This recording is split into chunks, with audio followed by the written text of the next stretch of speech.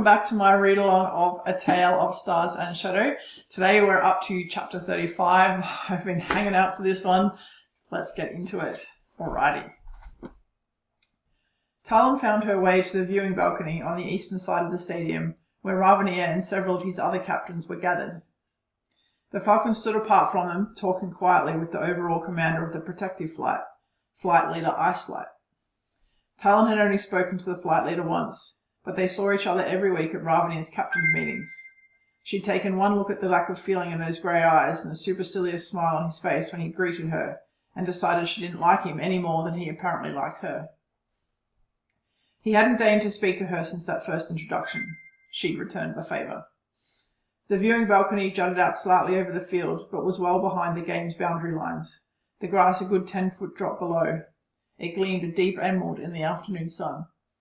She glanced around, mouth falling open.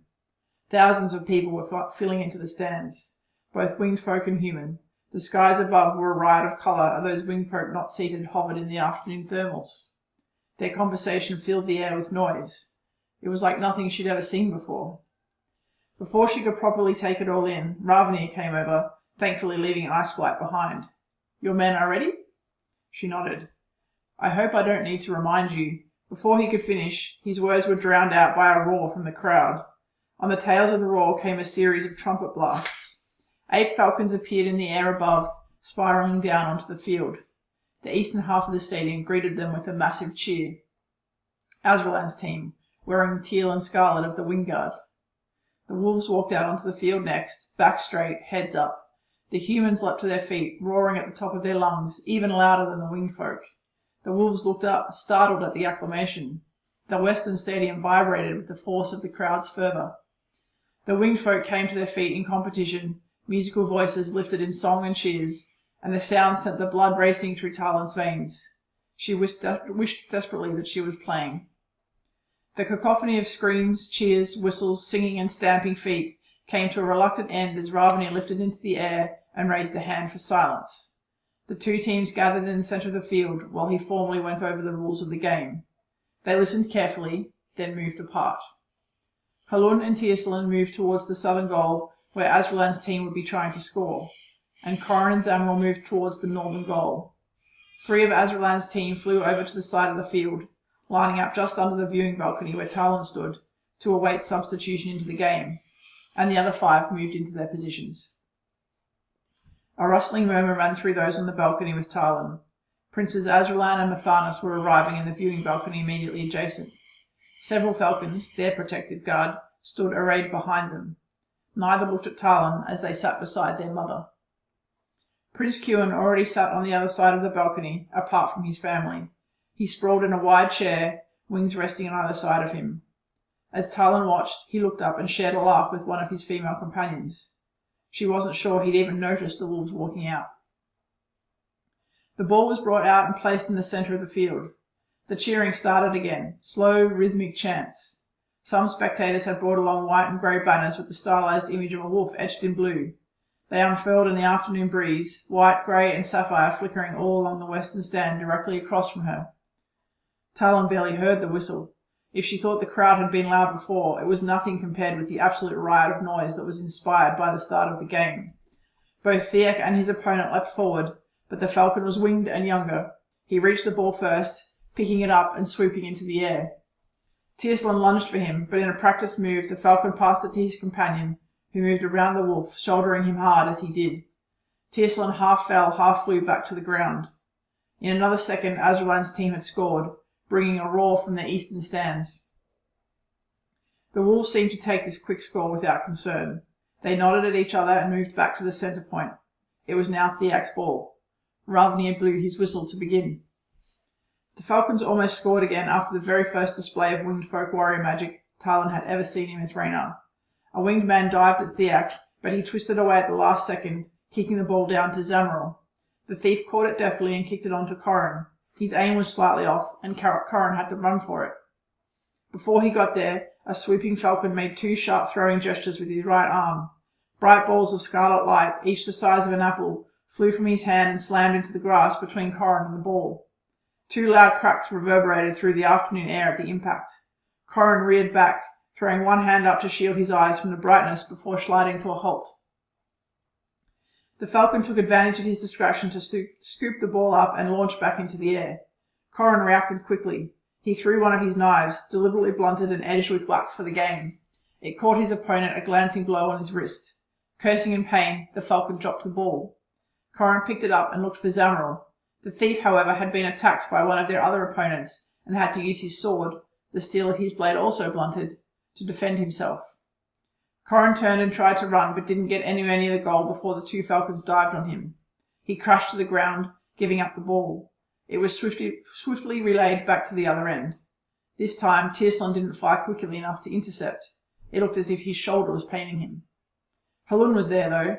He stood directly in the flight path of the falcon sweeping towards the goal.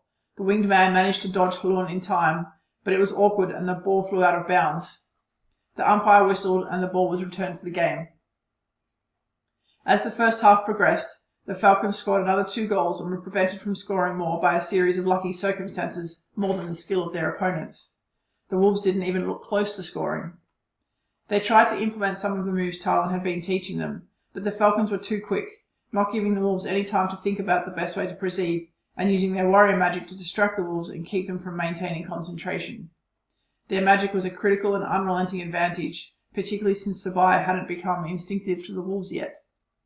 Worse, the Falcons never gave them an opportunity for a one-on-one fight, and the Wolves weren't quick enough to force them into it. Any time the ball got down the northern end, the Wolves didn't have time to do anything before they were swamped by Falcon defenders. The mid-game break couldn't come soon enough. Azralan grew cockier as the game wore on, his laughter and taunts floating piecemeal to her between the loudest cheering. Even Mithranar was smiling, clearly enjoying the display. Talon had to grit her teeth to stop herself from losing her temper and doing something ill-advised. Only decades of mastering her cool self-control prevented it. And Kuan. One of the winged women had moved onto his lap, and Talon counted at least 4 glasses of sweet wine down so far. At this rate, he'd be passed out drunk by the end of the game. Disgust curled through her at the behaviour of all 3 princes. But the human spectators hadn't given up. They chanted constantly, giving a lusty cheer every time a wolf touched the ball, and booing loudly every time a falcon scored. Finally, Ravania whistled for the mid-game break. They would play for 2 half-turns. The Wolves waved up at Talon and the crowd as they filed back into their break room for water and a quick rest. Despite her heart sinking on their behalf, they seemed in good enough spirits.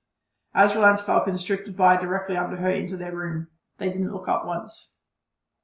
Part of her was glad the rules prevented her and Azralan from talking to their teams during the break. She wasn't sure she could face her Wolves in their despair knowing they were about to lose badly. The cowardice shamed her. When they came back out a quarter turn later, Tirslin had his bow of blunted, cross-tipped arrows strapped over his back, but otherwise they hadn't changed anything. Talon studied them carefully. They didn't look tired, only sweaty from the hot sun. All of them held their heads high. She'd been certain the score would demoralize them, but that didn't seem to be the case.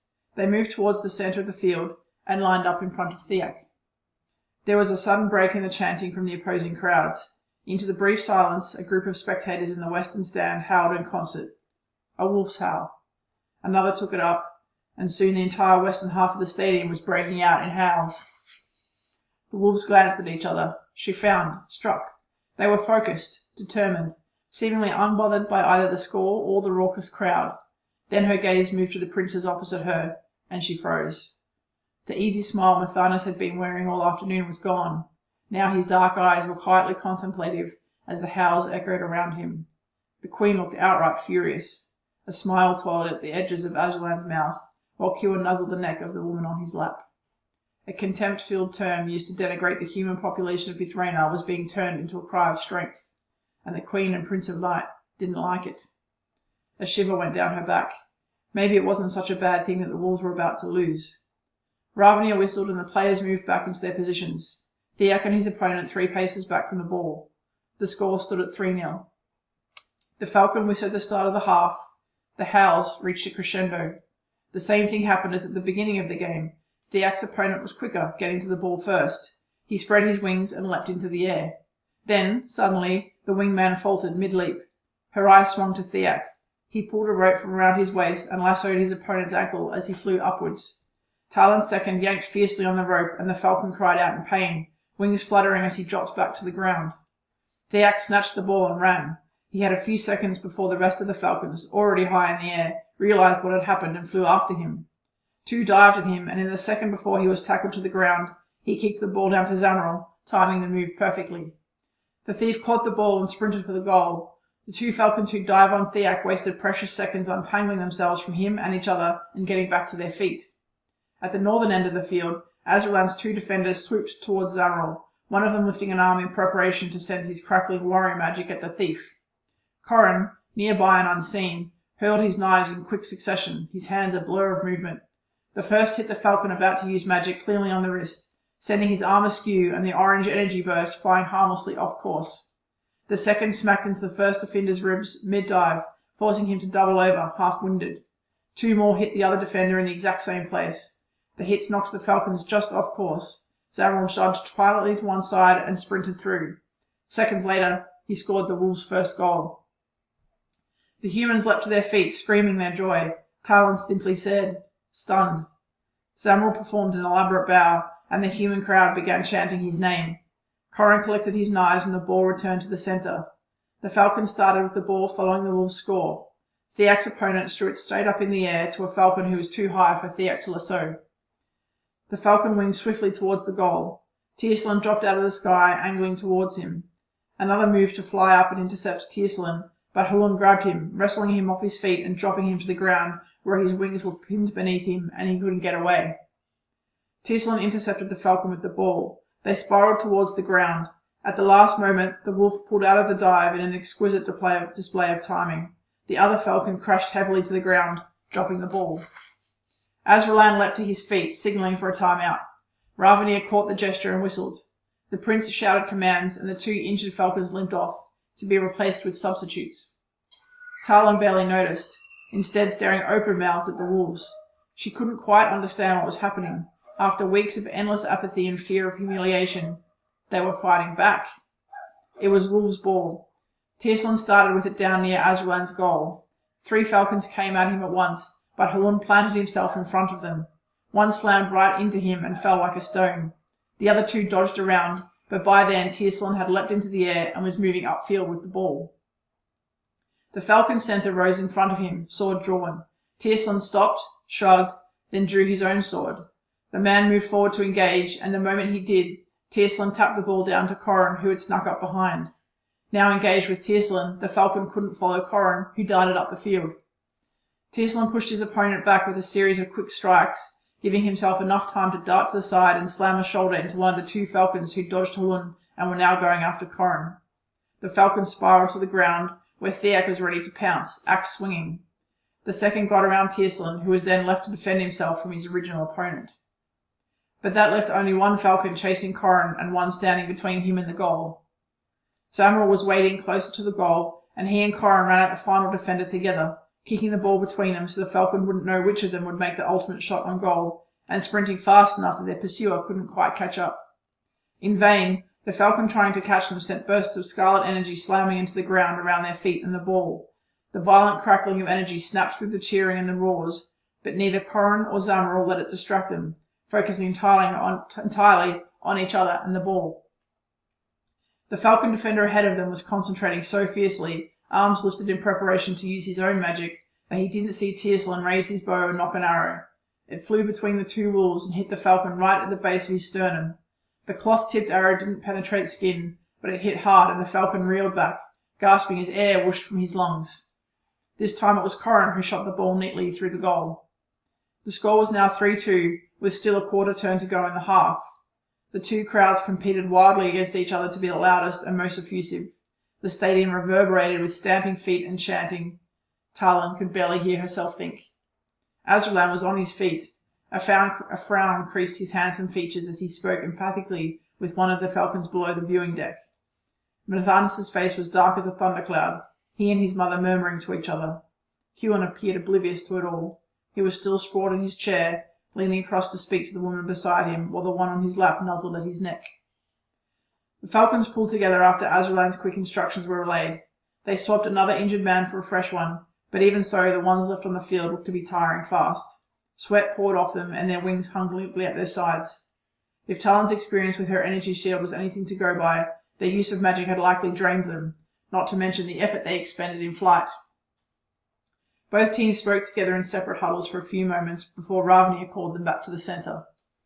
As the game progressed, the Falcons pushed the Wolves hard, making them run and work for everything. The Wolves did the same. The two teams strained together for a while, nobody scoring. The Falcons' use of magic faded and then stopped entirely. Sweat slicked the skin of all players as the sun beat down over the field. Theak was slashed in the leg with a not-so-blunt knife. Then Halun was knocked in the head with a sword hilt. A tense few moments passed while Ravnia called a brief timeout and Tirslan kneeled beside the big man.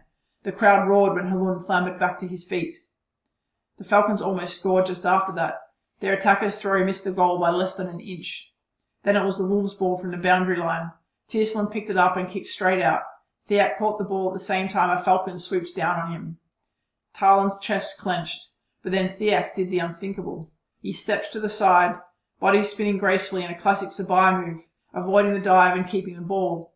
The Falcon landed and leaped for him, but not before Theak smoothly kicked the ball down to Corin. The youngest wolf made it to midfield before being accosted by two Falcons. Zamrul was there, though. He came running up from behind, launched himself into the air, flipped in front of Corin, then landed lightly on his feet and drew his sword. The cocky grin that followed the move was the icing on the cake. What the... Talon stared in astonishment. She'd yet to see any of them successfully execute a flip in training, let alone one as smooth and flawless as what Zamrul had just done. All of a sudden the thief was brimming with confidence. One of the Falcons lunged at him with his sword. Zamrul ducked under it the way Talon had taught him and came up underneath, smacking the flat of his blade against the opponent's chest. Simultaneously he lashed out with a kick to the man's knee, dropping him hard.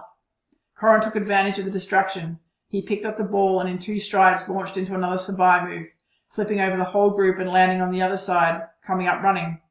Zamrul engaged the second Falcon to stop him following, but the Falcon with the damaged knee leapt into the air. "Corin!" Zamrul yelled in warning, fending off a series of quick attacks with astonishing ease. Talon was agape. The wolves were moving like a seamless fighting unit. When had that happened amongst the groaning and reluctance of the past weeks? The young man kept going, increasing his speed until he was sprinting all out down the field. "Corin!" Talon hadn't even noticed Halun run up the field, but somehow his shout was audible over the crowd. Corin passed the ball just as the injured Falcon dived on him, then dropped to the ground, rolling away before he could be tackled. Halun took the ball, tucked his head in, and charged for the end of the field. A final defender landed on his back, beating at his head and shoulders. Halun merely tucked his head in and kept charging forward until the ball was in the goal. When he looked up, his mouth and nose were bloodied, but he was otherwise fine. "Yeah!" Talon screamed, jumping up and down on the spot, heedless of the surly Falcon captains around her. Iceflight had his arms crossed, jaw locked, the chill in his bearing a perfect match to his name. The human spectators were delirious with excitement. There was every chance now that the Wolves could win. All they had to do was score another goal in the final minutes of the game. The Wolves knew it too. They gathered in the centre of the field as the ball was brought back up. Mithranar raged at Azralan's team, shoving his brother aside to do so, livid with anger. The Falcons returned to their positions with renewed determination in their eyes. The ball was with the Falcons. Their best attacker stood with it in the middle of the field until Ravnia blew the whistle.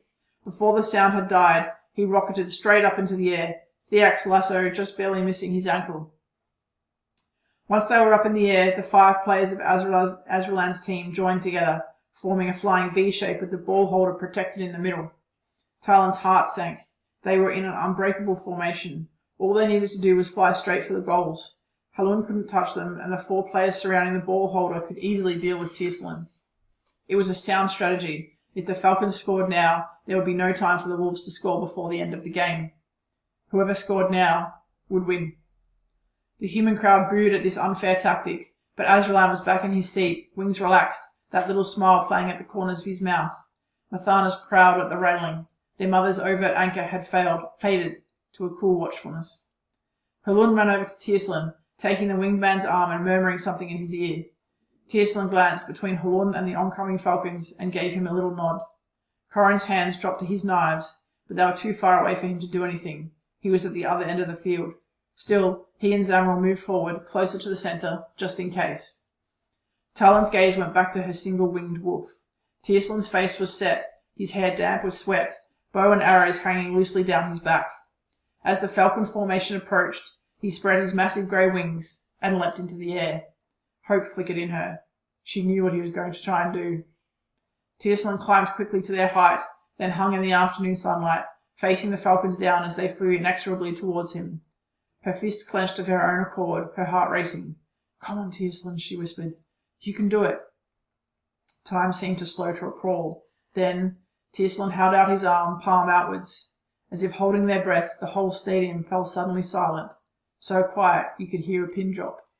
Talon didn't even notice. Then, with a snap hiss that was heard across the stands, Tierslin summoned his first Kalina energy shield.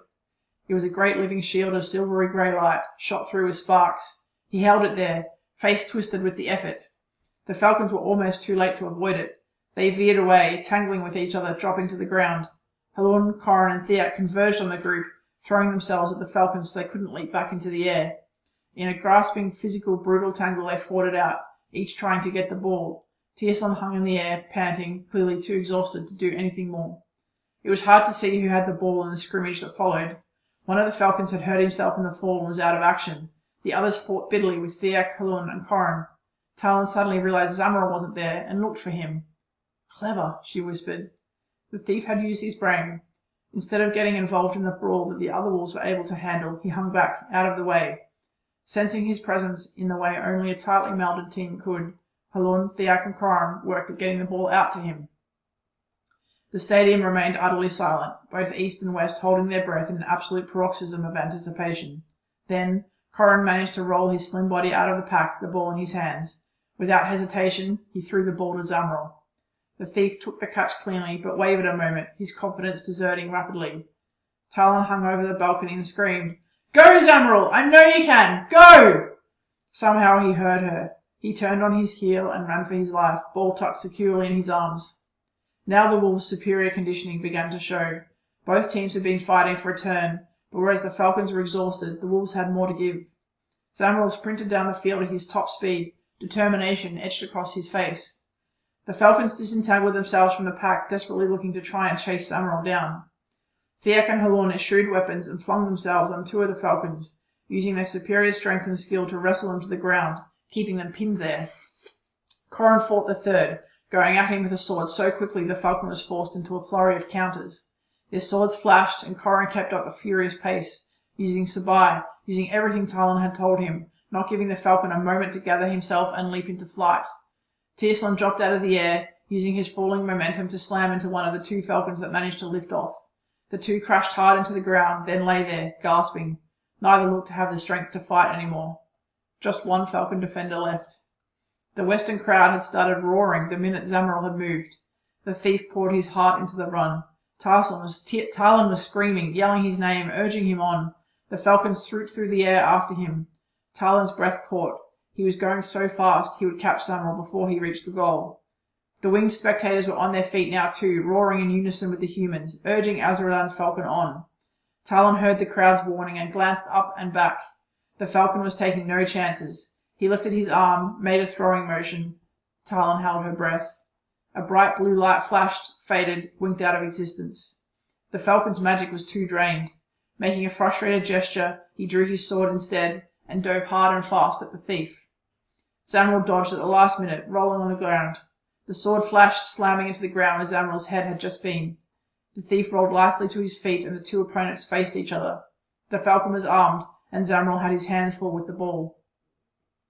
The falcon went at Zamril with a series of quick, stinging attacks. Zamril stepped out of range of each one, though the last managed to scrape along his cheek, and bright red blood dripped down his face. Talon snarled. Those weapons were supposed to be completely blunted. She'd personally made sure the wolves' weapons were. The winged man struck again. This time Zamril moved aside only an inch. He dropped the ball and stepped inside his opponent's guard. Before the falcon knew what was happening, Zamril had gripped the hilt of his sword and twisted it out of his hand in a classic Sabai move.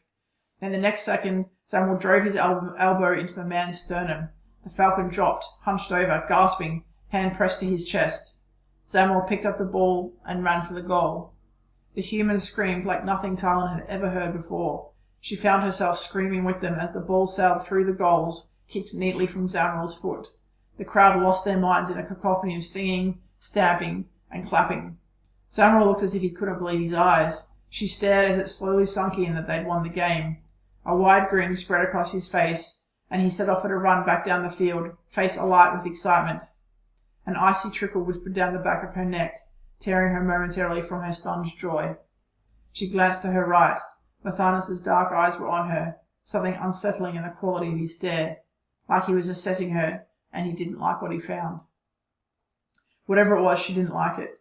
She met that stare without hesitation, a little smile of triumph spreading over her face. He'd tried to embarrass and humiliate them, and he'd failed. Miserably.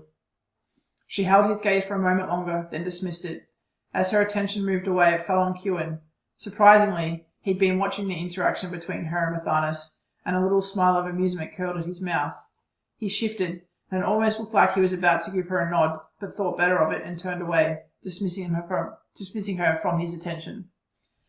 Then the roaring of the crowd broke through the bubble of silence that had settled around her and the princes, and the smile on her face widened into a grin. She swung off the balcony onto the grass below, ignoring how the jolt thudded painfully through her shoulder. The wolves were gathering in the centre of the field, yelling and backslapping and grinning like madmen. Halun saw her first. His face split into an enormous grin. Then she'd reached them, and Corin was chattering excitedly while hopping from foot to foot, and Tierslin was looking right at her, pride flashing in his grey eyes. "I did it," he said excitedly. "Did you see my shield? I did it." "It was one of the best shields I've ever seen," she told him. "I'm so proud of you. I'm so proud of you all." "We actually won." Samuel looked as if he couldn't believe it. "You did well, lad," Theak said gruffly. "You all did. I've never been as proud of any unit I've ever led." She didn't say it aloud, but she couldn't say with any certainty she'd ever felt this scorching pride for any comrade she'd ever fought with before. "You did it, Tal. Look at them. They're on their way to being an elite King Shield protection unit." Sari's voice rang with excitement and pride. Pride for her. It took everything Talon had not to start bawling like a baby right where she stood. Alright, that's the end of chapter 35. What an epic chapter. That was as exhausting to write as it was to read. But I'll talk about that a little bit more in my author commentary. I really hope you enjoyed that chapter, the culmination of everything that Talon's been trying to build in Mithranar. If you would like to avoid spoilers, then definitely here you should jump out, and I'll catch you again soon for chapter 36. I hope you've enjoyed it if you are leaving here now. Otherwise, let's step into the room and have a little chat about this massively epic chapter.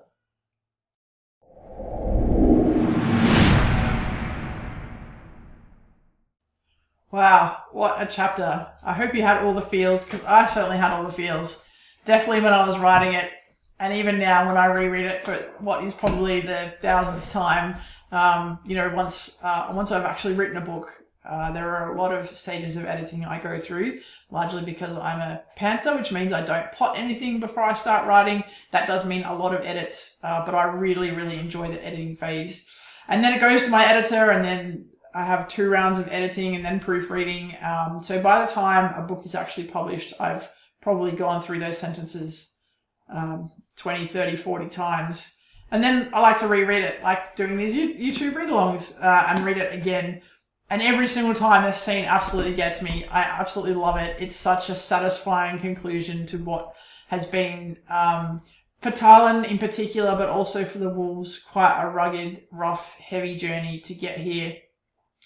To start with, the Alleya Stadium, the exhibition match, the scene, I guess, that all this took place, I very much wanted to make it epic in scale. I wanted to get the sense of kind of like if you're familiar with football, soccer in Europe and how crazy those stadiums get, or an NBA finals game in the US, or a grand final match here in Australia, that sense of a massive stadium with thousands and thousands of people absolutely screaming for their teams. I wanted to create that sense of atmosphere, and I hope that came through, because I wanted the humans and the winged folk to really be into this, and for the stakes to be high, because the stakes are very high. The Wolves just came through, right? They kind of have been forging that connection in an emotional sense that really came to it in the floods of the few nights earlier, where they all really band together, and that was what was lagging. So Talon's been training them hard. She's been training them well. She's really good at what she does. She's been very considered, very deliberate, very structured in her approach. She's been pushing them hard, and to their credit, despite their despair over the game and their being convinced that they're going to lose. They did listen, they still trained, they'd listened to her, they followed her orders, they put themselves into it. And so in terms of their physical stamina and their ability to fight, the sabai that they've been learning, the sword skills, those have been coming along, and it just kind of took the night of that floods to connect that development with the emotional development of the group becoming a group, essentially becoming a team, becoming a unit, being able to trust each other, understand each other, know what each other's going to do. And that all came out during this game, where the advantages that Talon has deliberately been building in them to counter the advantages that the Falcons have really came out and won them the game. And essentially, they told her they had a plan, and I won't spoil that too much now because it is in the very next chapter, but they had a plan and they carried it out, and it was glorious. It was glorious to see Azralan and Sarana and Mithranar all put out by this stunning victory that they did not see coming.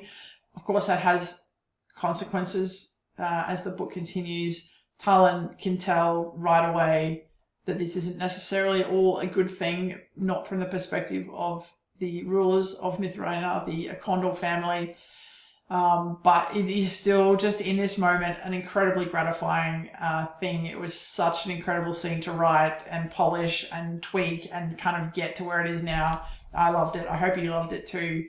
If you've got any questions or comments on the scene, drop them in the comments below. I'd love to chat about it. Obviously, very excited about this chapter. But otherwise, I will see you soon for chapter 36. Can't wait for that. Have a great day, guys.